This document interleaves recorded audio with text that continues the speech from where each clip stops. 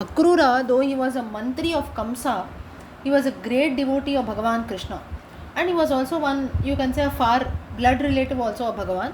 And when Kamsa invites Krishna and Balarama for the bow to be broken at Mathura, he sends Akrura to Vrindavanam to invite both Krishna and Balarama. Now, Akrura, it seems that he was so thankful to Kamsa for sending him to Vrindavanam because this was the only chance for him to get the darshan of Bhagavan and Balarama.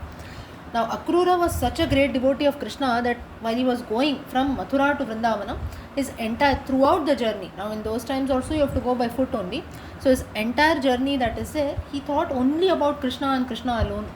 And it seems that when he reaches Vrindavanam, even today also it is believed that you can actually see the footsteps of Krishna, it seems. So it was, now today's times you have roads also, in those times it was sand and mud everywhere.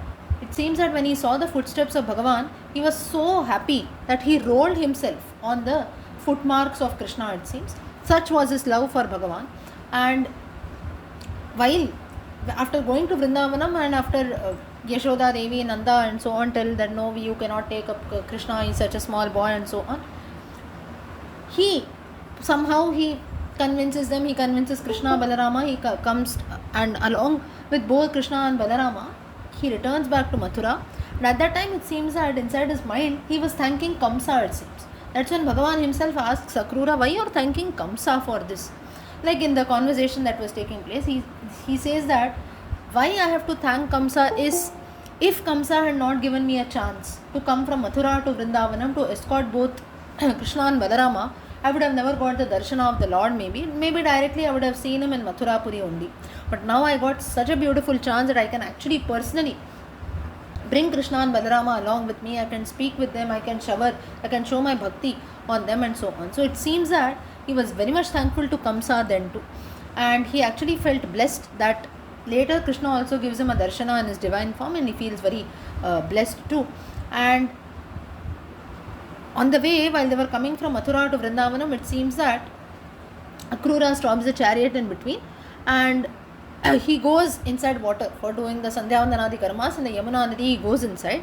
It seems that he was so much overwhelmed by looking at Krishna and Balarama all around him. He sees various forms of Krishna and Balarama inside water, it seems. And again he looks back at the chariot wherein he says that Krishna and Balarama are sitting comfortably in the chariot. So he was shocked. He felt as if he was, some kind of imagination or so, something that was happening. So this was nothing but wherein Bhagavan gives him his divine darshanam that is there, and he feels very, very blessed for this. And further, it seems that in an instance, what happens is, Akrura here, while he thanks Kamsa, Krishna gives him an understanding, it seems, through Akrura to all devotees like you and me, saying that just as Akrura thanks Kamsa, many times people like us also need to thank certain difficult situations or certain difficult people whom we had to face in life, because only because of them it seems that we might learn happy good lessons also, or we might end up having good experiences like Akrura had. If he was not the minister of Kamsa, if Kamsa had not sent him to Vrindavanam to bring Krishna and Balarama along, maybe he would have never got the darshanam of the Lord. So like this, whatever tough situations also come in life, there is definitely a good purpose or reason behind it. Akrura's example is a very good example for this. In another instance, when we talk about the story of Uddhava and Krishna, it seems that one fine day, Krishna and Uddhava, they go for a walk, it seems. And while they go for a walk, they come across the kingdom, or you can say a palace of a very rich man. Krishna said that I am very thirsty also, and Uddhava, he goes and brings some water for Bhagavan. He goes to the rich man's house and Uddhava goes there to bring water for the Lord. Uddhava goes to that house, he asks for water. The man of the house, he invites them, he gives them a lot of refreshments, this and that. Bhagavan also becomes very pleased. They bless the man with more prosperity, more riches also, and that's how both Krishna and Uddhava come out of the house. Later they continue on their walk and then they come across a small hut, it seems. There was just a cow that was grazing about in the background. Krishna again said that he was thirsty. Uddhava again goes to ask for water from the house. Now, Uddhava here, he becomes little suspicious. He said, just now Bhagavan has drunk water, why again he is asking? And he knew that there is some mischief, some leela that is going on in the mind of the Lord, but still he does not tell anything. He goes. Krishna, immediately looking at the expressions of Uddhava, comes to know. He tells that, no, I am not up to anything. You just do what I am telling you. Go and get water for me. Uddhava again goes. He knocks on the door of the hut.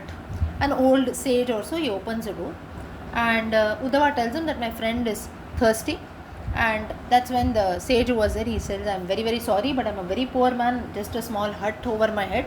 There is nothing in the house for me to offer. And that's then the yogi, the sage who was there, he remembers that I just have a cow who is there, so I can give you that. So immediately he goes, he milks the cow and offers the fresh milk to both Krishna and Uddhava. Krishna gulps it down, it seems, with enjoyment and thanks him. And again both of them, they walk out, and here Krishna, he raises his hand and gives a blessing that may your cow die. Uddhava was shocked, it seems. He tells, you go to the rich man's house, he gave you water, okay, no doubt. You blessed him with more riches. In the poor man's case, in fact, you should do something good. You give this Ashirvadam, you gave this blessing that let your cow die. What is this? He questions Krishna and saying that, why such a punishment you wish to give to the yogi? Okay, you asked for water, the sage did not have that, but whatever he could, he milked the cow and he gave us milk. So what is wrong in that? This thing that you did with the yogi is something which is very, very wrong. That's when Bhagavan tells that he laughs and he tells, whatever I do, everything is for good only. My blessings will always be true, and it is based on the need of the individual that is there, and not what he desires, not what he wants also. And that's when he further goes on to explain that this yogi or that sage who was there was almost, it seems, on the verge of attaining mukti also, but only one thing which kept him attached was this cow, it seems, which prevented that ascetic from attaining moksha. So that's how Bhagavan gives this blessing, so that the cow also will have a natural death that is there, and this yogi also, he will lead to moksha. This story is significant from the story of Bharata, who was attracted towards a deer and he had to take up so many janmas also to finally attain moksha. So here also the point is, whatever comes has got a reason behind it. And Krishna also tells that maybe at that time you might feel that what I am doing is wrong or so, but it is definitely not that. You must always know that there is a reason behind all such things that are there. Yeah. We'll just conclude with one small thing that is there. Once it seems that a traveler, he goes about here and there. Now these are all the story of Akrura, Uddhava, and the story also that I am telling you. These are all pieces which I have just randomly read here and there. I've just gone through. I hope you find it useful. Yeah. Okay. So it seems that there was a traveler and he was traveling to his native place also on a horse. And midway what happens is he becomes tired. It was a long journey. And he thinks of taking rest also under a nearby tree. Now this place that he found, it was very cool. It was filled with greenery and so on. So he feels that let me rest here for a while and then I will continue my journey. While he was about to take rest, he sees a small creeper nearby. Creeper, we know, it climbs, right? And it was actually a pumpkin plant. You see, pumpkin is a creeper, right? And there was also a huge pumpkin that was growing. And looking at that, it seems that this man started laughing loudly, saying that how crazy the Lord's creation is. The Lord doesn't even know how to create this world, he thought.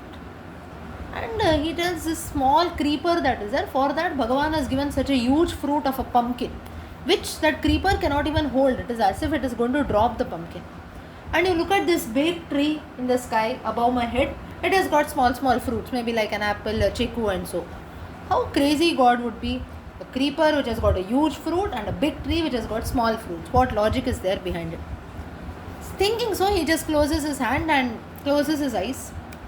And while he was about to close, it seems that suddenly a fruit from the tree fell on his head, it seems.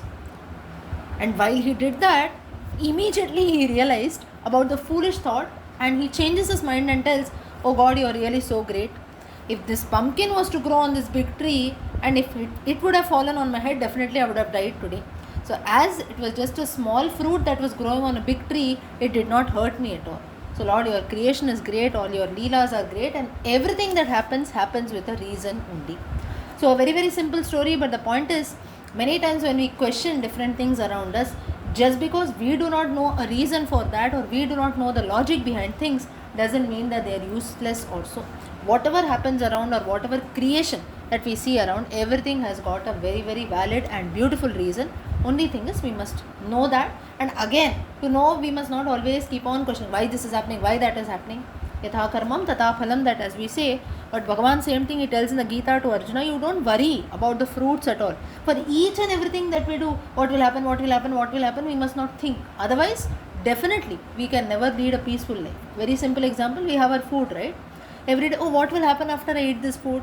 Will I vomit the food out? Will it get digested? You never know, right? But okay, it is homemade food only, but maybe out of 5 days, 4 days, nothing happens. On the 5th day, you might end up vomiting. So, no, I did not eat anything from outside, but still I ended up vomiting. There is some stomach issue that is there.